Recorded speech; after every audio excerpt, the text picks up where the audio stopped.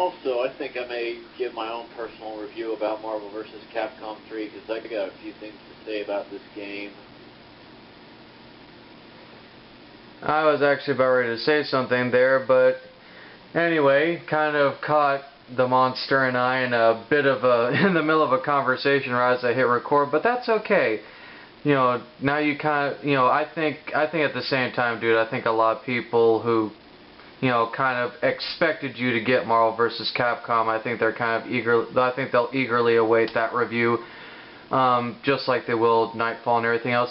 But anyway, we're off to a late start, as usual, no surprise. But yes, we are finally, it's been a while, but we're doing another discussion video. Yes, unfortunately, enjoy this for a while because the monster will be studying abroad again. So it'll be even longer. And also, alright, I guess I was gonna say, hopefully you guys liked the intro, but whatever. We'll get to that subject another day.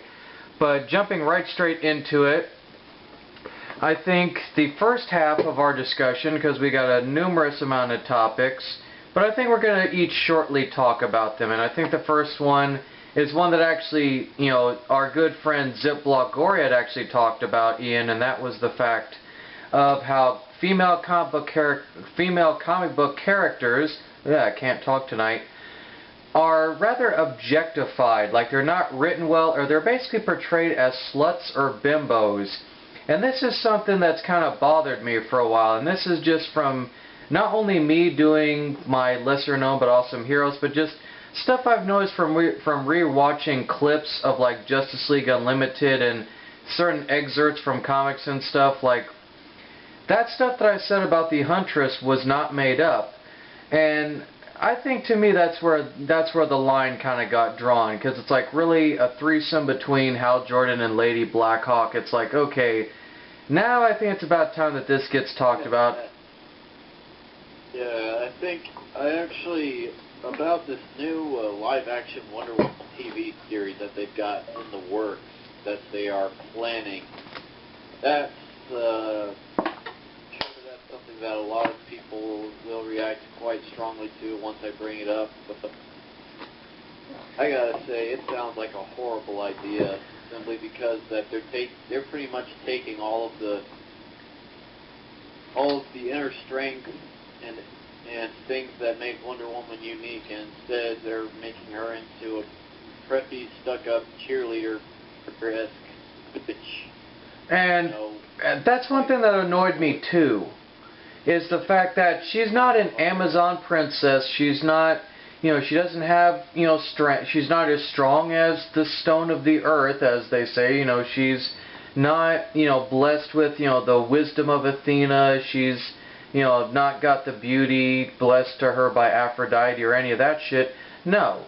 Instead, she's basically just this modern day woman, living in LA, who owns this company called Themyscira Industries. And I thought, okay, they're trying to put nods in there, but it's just, I'm looking at this and I'm like, you really expect me as a comic book fan to really follow this?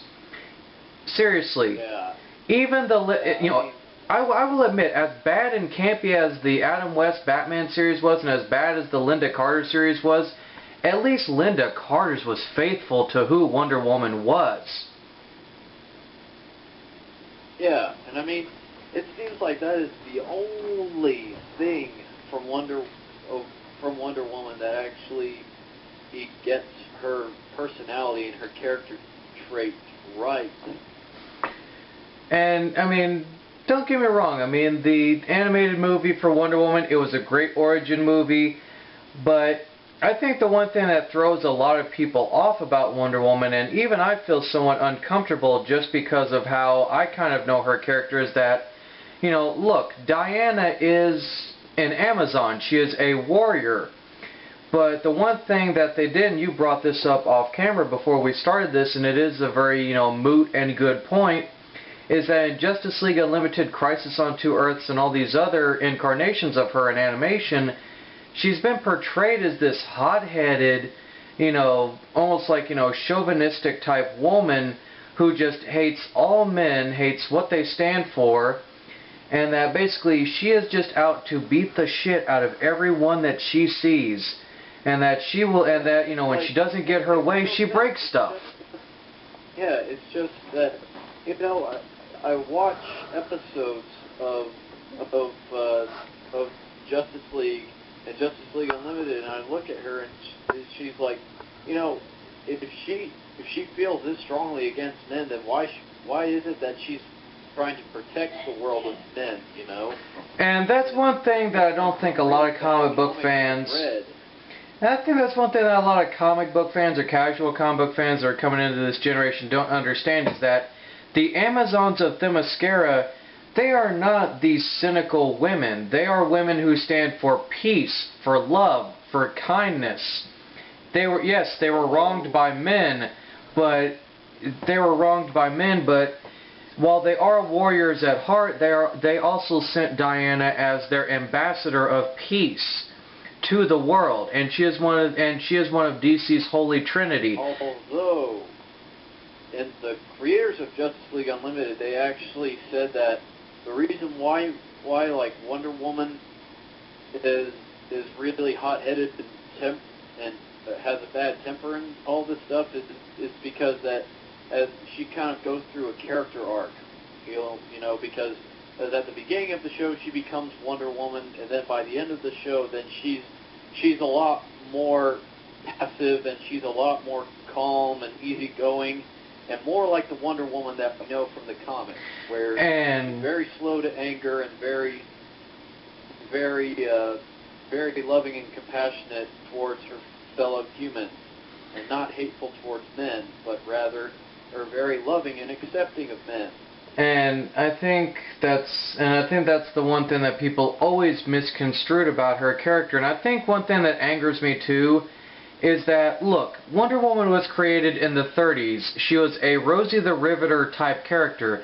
She was a symbol of, female sexuality, of strength.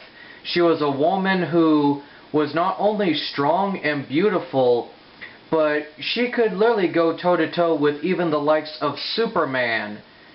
And that, to me, that's awesome. But yet, at the same time, they tend to downplay her, just like they do any other character, to Superman, because let's face it, if somebody gets an edge over Superman, oh, God forbid, the casual, comic book fans are like, so wait a minute, she's stronger than Superman? It's like, look, it's been documented in the comics that she is slightly stronger than Superman, if not maybe a little bit more stronger than him. It's a moot point. But I think what also really annoys me... Another thing you have to take into consideration is Superman's weakness to magic. And Wonder Woman, and you also said that both Wonder Woman and Captain Marvel are the only two characters who have been able to... Superman has actually admitted that, because in a comic, Superman was